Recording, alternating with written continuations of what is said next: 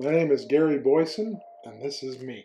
I grew up in Hamilton, Ontario, in a place called Birdland, which is streets are all named after birds. And the mountain, they call the mountain, is the area of Hamilton. Hamilton is a interesting place. It's gritty, but wonderful people. To describe it in one sentence is difficult, but I would say it's just a high character area, is a nice way of putting it. I went to Hill Park Secondary School, not far, 5-minute, 10-minute walk from my home where I grew up. Hill Park, especially in the 1980s, was a very dynamic place. We had all sorts of people. I guess I was in the quote-unquote jock clique. We had the various segments of society, and we all mixed together. It was, like most teenage years, very interesting. I went to 3 universities. McMaster University in Hamilton, Ontario. Also, I went to Lamar University in Beaumont, Texas, and also Tennessee State University in Nashville, Tennessee, playing basketball at all 3.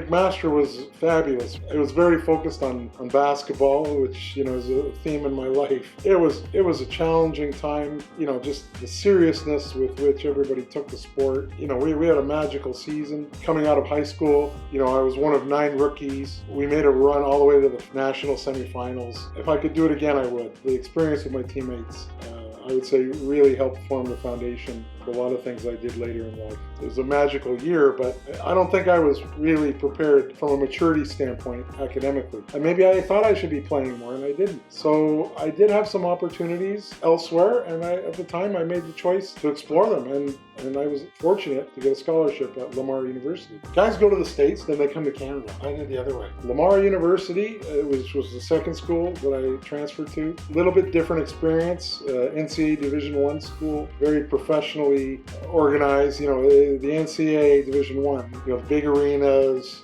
Actually, we had players who ended up in the NBA who were my teammates. Again, new experiences, found different ways of understanding the game and how it's played and coached. And, just a really big jump from Canada, from Ontario to Texas. Culturally, big shift as well. Tennessee State University is where I finished my playing and education. Largest historically black university in the United States, which was a very interesting situation. Me and another guy named Troy Bond. I didn't know it at the time, but it turned out that we were the first white players to play at this school. So that was a fascinating little sub-story. But really, it was about the game and competing at the highest level. Anthony Mason had just finished there, who went on to be a very good player for the New York Knicks and Miami Heat, you may remember. But again, an interesting place, and learned a lot there as well.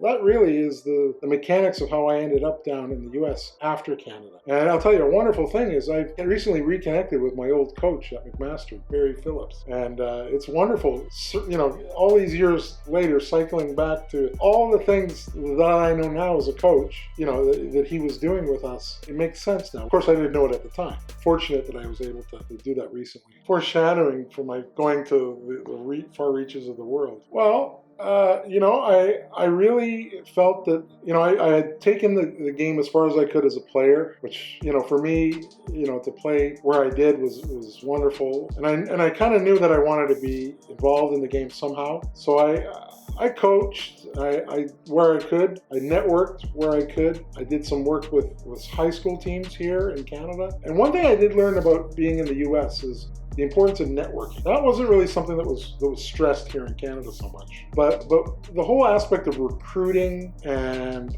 the professional networking component was something that I really picked up on in the U.S. Being a Canadian, we're the international flavor of the U.S. Whether we want to say it or not, it's a fact. We're the international guys. So what I did was I tried to maybe bring more of that into focus, and I didn't. This is before the internet. I would attend camps. I would attend clinics. I would make friends, network, and a lot of the people I would run into were coaches from Europe, Australia, all sorts of places. And I developed these friendships that really transitioned and turned into opportunities eventually, which is how I ended up coaching in different countries around the world. I had an opportunity to coach, to be an assistant coach on the Hong Kong men's national team. They were playing in something called the Asian Games, which I had no idea is actually more sports and more athletes than the Olympics. And it was held in Busan, Korea. Actually, the head coach of the team is a guy named Tim Darling, who used to coach at Guelph University in Canada. And he had asked me to come down and help him, which I did. I liked it out there. It was a good stepping stone. Whereas I turned it into a job in the Chinese CBA, which is their professional league. So the year after the Asian Games, I went back as a assistant coach, or what they call like a foreign consultant. So basically, when the team loses, you're the head coach, and when they win, you're the assistant coach. Basically, that was a theme that I noticed as time would go by. Around the same time, I had also, through my connections, developed good relationships with people working in the NBA. So I was actually working as a part-time scout as well as a full-time coach at the same time when I first went over there, and that was the beginning of it. 2002 was my first full exposure to working in Asia. Well, my first reaction to China, I expect like many people's reaction was, it's just overload. I'd never been around that many people. That's just the intensity of everything. And of course, I like to say Hong Kong is training wheels. Hong Kong is China, but it still had a heavy British influence, and it was organized and set up a lot like a British town. And you got to remember, around that time, things were just opening up over there. Really seriously, from an economic standpoint and culturally. So it was a dynamic time, and there was an energy, a real energy that everybody was feeding off of. Not just people involved in sports, but business and many areas of life. Well, I was presented with a difficult situation because I was moving up the ranks as a scout in the NBA, as well as being a coach. And at the time, the commissioner of the NBA, David Stern, he came up with a rule saying that you couldn't do both. In other words, you weren't allowed to be a coach and a scout for two different teams, even though they were not in the same league. But so I really had to make a choice. I chose to go with the NBA, and that's how I ended up. It was actually with the Toronto Raptors, who I worked with from basically from 2002, let's say, full time, to 2005. My duties with the Toronto Raptors involved everything related to basketball operations. My time with the Toronto Raptors, I worked directly for Glenn Grunwald, who was our general manager, and our director of player personnel, Jim Kelly. Now, Jim is actually the one who vouched for me and brought me in and got me my first part-time job. But I knew that if I did my best and brought something to the table that other people didn't have, and at the time there weren't a lot of teams with scouts, international scouts, especially ones out in Asia. So they felt like that was giving us an advantage maybe that some other teams didn't have. And information is power, knowledge is power. It was interesting. Vince Carter was in his heyday. Really starting to learn the inner workings of how a team operates. That was really my first introduction to something called the War Room, where it's everybody from all the different disciplines get together, hash out what the makeup of the team is going to be. Because ultimately, that's really what you see on television and the product on the floor. It starts a long way from that. That's really one of the areas when I really started to hone in on that. One feature about the NBA is the pressure and the fact that people are hired to be fired. Now you see the turnover with the coaches extremely, but it also happens in front offices as well. In fact, I remember I was driving home from a game with my boss. We were in Buffalo, New York, first round of the NCAA tournament. I guess it was in 2004, 2005. He got the word that he was probably going to be relieved of his position suddenly. Because ownership does what the ownership's going to do. I was in two minds. I felt bad for my boss, but then I was also saying to myself, now what am I going to do? I'm finally about to get maybe a full-time gig. Luckily, things worked out to my advantage because they brought in an interim GM, and he allowed me to stay involved with the team, send in reports, and be involved in what they were doing. Now, what was interesting though is I got good advice from Jim Kelly, who was also still employed as the player personnel director. He thought that there was value to what I was doing, so he suggested that, and he actually, I think he made a couple of phone calls on my behalf, and I had 7 teams in the NBA all subscribe to a temporary consulting service. Whereas in other words, I just kept doing my job, and 7 teams actually subscribed to it. And basically, that was my salary for that 1 year. The really interesting part was, before that year was over, Mitch Kupchak, the GM of the Los Angeles Lakers at the time, he offered me a full-time position. He says, I don't want to share this knowledge with the rest of my competitors. So that's how I moved from the Raptors to the Lakers. That was in 2005, which I stayed there for 7 years, 2005 to 2012. Really, I can't thank Glenn Grunwald and Jim Kelly enough, because they really exposed me to so many things, the inner workings of how things really operate. You know, scouting is, the old expression is that you have the X's and O's and the Jims and the Joes. The coaches deal with the X's and O's, the scouts deal with the Jims and the Joes. Another example, analogy I guess you could use, grocery shopping versus cooking. Right? A chef is only as good as the ingredients he has. You know, it's good if the chef also knows how to grocery shop, and vice versa. So that was one thing that, you know, the sharing of information, and knowing that everyone on the team has an expertise, but they share the knowledge amongst each other. That was really one of the biggest things I gleaned from working with the Raptors initially in my exposure to the team. So I joined the Los Angeles Lakers. You know, by the way, a team that I admired growing up. You know, I was a big LA fan. Magic Johnson basically was my favorite player in the NBA. Big guy who could play point guard and pass it.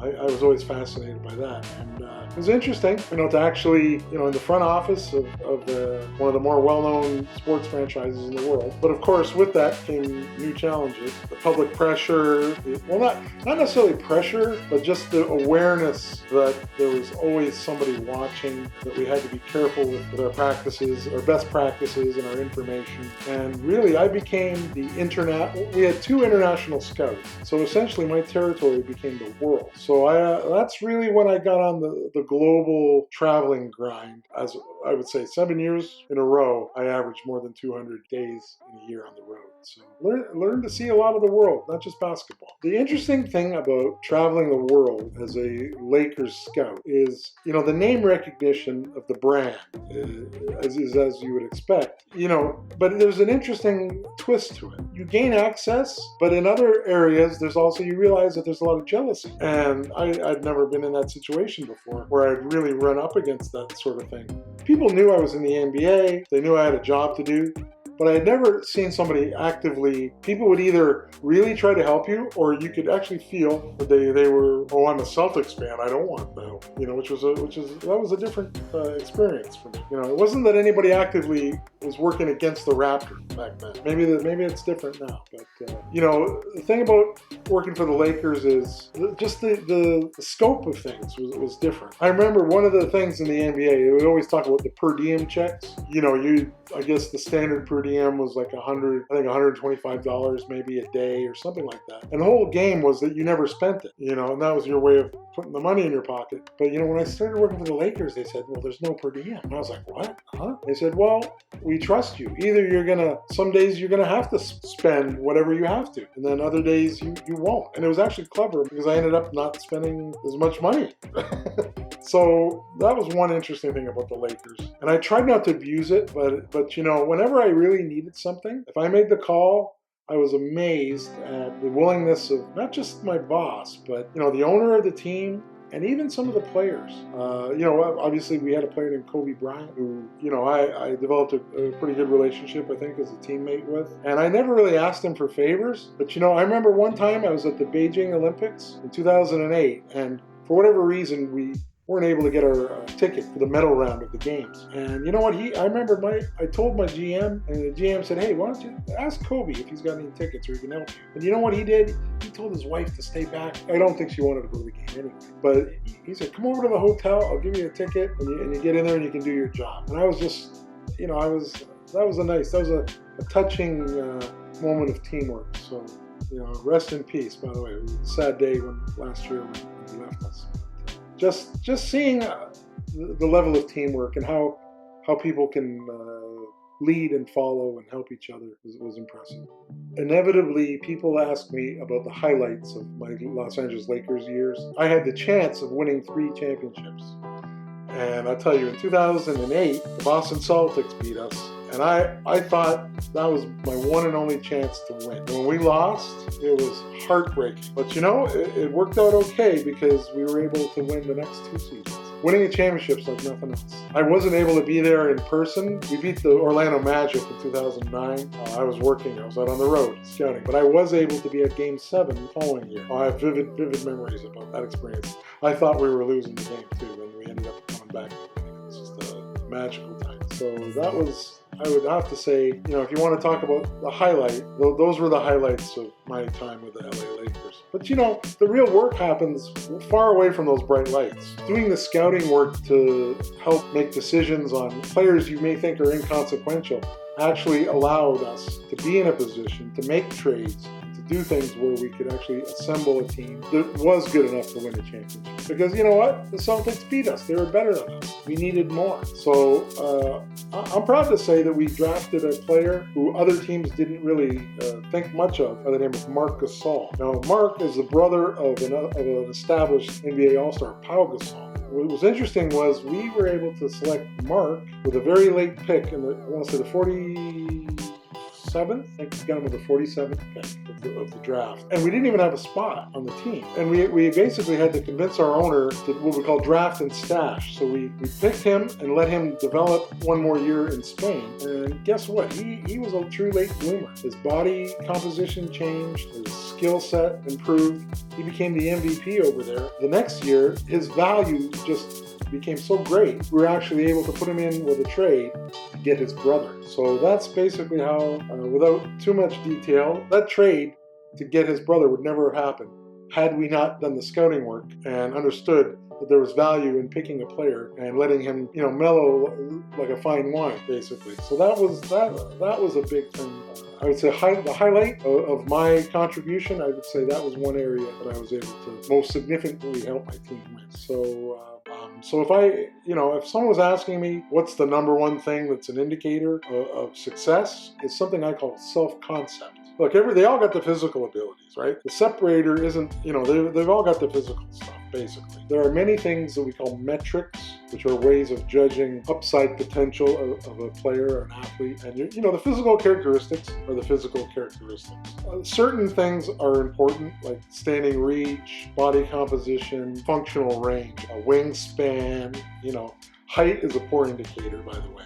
But for me, it's more about the ability of I say a player with a good, realistic self-concept. The ability of a player to learn and how quickly they can assimilate concepts. And by that I mean, if after the game, say your team has won the game or you've done something, you're the leading scorer, all anyone tells you after the game is how good you did. I had 5 assists, but I could have had 10 because I saw the guy or my footwork was wrong.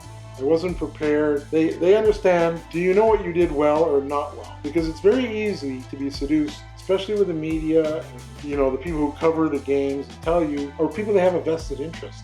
They want to tell the athlete how well they did, and no one ever tells them no. And then the opposite is true too. Some players have such a negative opinion of themselves, which is unfounded as well. So I found in my experience, the players that have the most realistic self-assessment, self-concept, and you can tell. And the only way you can really tell is by seeing that in person. Like, they're obsessed with it. You go to a game, you see how the player interacts with his teammates, his coaches, the people in the stands. It all matters. So that's really the biggest indicator to me. That and also there's other things that you don't see statistically. How do they get along with everybody? I like to interview, the janitor or the staff in the front office or in the arena where they play, because people don't have an axe to grind. They just tell you the truth. And they will always say, well, that's a great kid. He comes early, stays late, he's respectful. And those things matter. That's something that you can't be measured through the magic of, hey, by the way, statistical analysis is wonderful, but it's just another tool in the box. Getting along, understanding how to be a leader and a follower. Because followership, I call it followership, is part of teamwork as well. And it is just leading from a different direction. So guys that have that's kind of the secret. I don't know if it's a secret, but it's what I consider, what really comes down to is self-concept. Well, I don't know what the future holds, who does, but I will say this. Every day I'm living the dream. I'm fortunate to be where I am, to have done what I've done, and to be able to help people with their dreams as well. I'm, obviously right now we're in this pandemic, which has got everybody down, but you know what? Chaos, there's opportunity as well. And my immediate plans are to go to the Philippines, where I have a player who I've been working with, who I actually had down in Florida with me for really most of the past year. We escaped down there for 8 months. 8 months of straight training, transforming a player's body and skill set, and really he's about ready to play. Their season begins very shortly. There's some other opportunities down that way, so I'm going to go down there and take it from there. I do have, obviously, my players in China, who I will resume training with when the political situation's a little better for traveling wise, because we got to be safe, and none of us really know what the future holds, especially during the pandemic. I'm not going to change the world, and I'm not here to make any values or judgments on the communist system of China. I mean, other people can do that. But I would say this, is that the Chinese people are wonderful people. The people I know, they want the best for their family and to succeed. And if I can help do that, I just get a real satisfaction out of it. So, that's the immediate future. Keep helping people get better. I just want to add one more thing. As a 53-year-old man who's devoted most of his adult life to the game, it's really provided me with a lot of things. And I'm so fortunate during this pandemic time to be back in my hometown at the moment. And I've luckily been able to reconnect with different people that I grew up with who had leadership roles over me, and it's been a very personally satisfying experience to be able to reconnect and share my experiences with these guys and girls, because it's the perspective of life, right? At the time, you may not realize how important or the things that people are doing for you, but I wouldn't be here today, or my experiences wouldn't be what they were without the people that helped me, maybe without me even knowing that they were helping me. My high school coach, Frank Lestracco, he recently passed away, unfortunately, far too young. I still, many things that I do are directly from him. The different drills I may do, and beyond that, just life experiences and knowledge. And these are the things that hopefully I'm sharing with the young men that I work with, regardless of what culture they're from or country, or the expectation levels. Because really, that's the heart and soul of it. Is it's a social thing. It's a teamwork. It's not just one person out on an island by themselves. And if there's anything I really, that I'm most grateful for, it's that I've been able to, they're not all here still, but I have been able to reconnect with these people here. Yeah, it's just been very personally satisfying to have this perspective on it. See, this is funny, right? It's like I got all this shit I want to say that I don't want to say. You gotta give me the emotional thing at the end. So you know what I do too? Here's a guy, Stephen Bardo. He played at Illinois, and then he played in the NBA a long time. He works for one of the TV networks, but he can't, because of the COVID, right? He can't be on the court. So he's got his own little podcast, make little comments. That's the shit I do. How crazy. That's Memphis under snow. Must be the global warming. Oh, dude, I got so many stories from college too. When I was at Lamar, there was Hurricane Gilbert. No, we had to evacuate the whole town. We had to drive up to Dallas to get away. And it's like, when we came back to town, it was like snakes and alligators in the fucking road. In the road. I always remember that. But I was in the typhoon. Oh, I never told you. I was in the tsunami in Phuket. Dude, alcohol saved my life. Yeah. Oh, yeah. What year was that? That was 2000. Dude, I could get shots at you here too, man. Nice. Yeah. Hey, I'm a scout. Yeah. Okay, good. Dude, I'm a scout.